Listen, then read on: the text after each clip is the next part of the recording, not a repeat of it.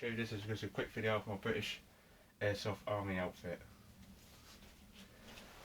This is a Mark 7 British helmet, British Army vest, couple badges there, sticks, pens, just to make it look good, M4 magazine patches, an army patch, minute kit, got my bits and bobs in there, 2 smoke grenade patches, and a water bottle pouch. This is my ICS L85 with SUSAT scopes. I fitted a Daniel Defence rail onto it, put a grip on there, and put a little grenade launcher there on the side. Very nice rifle.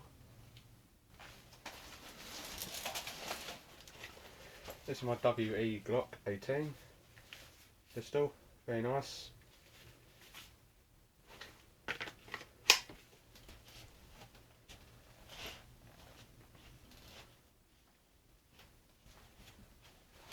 That is it. Thank you for watching.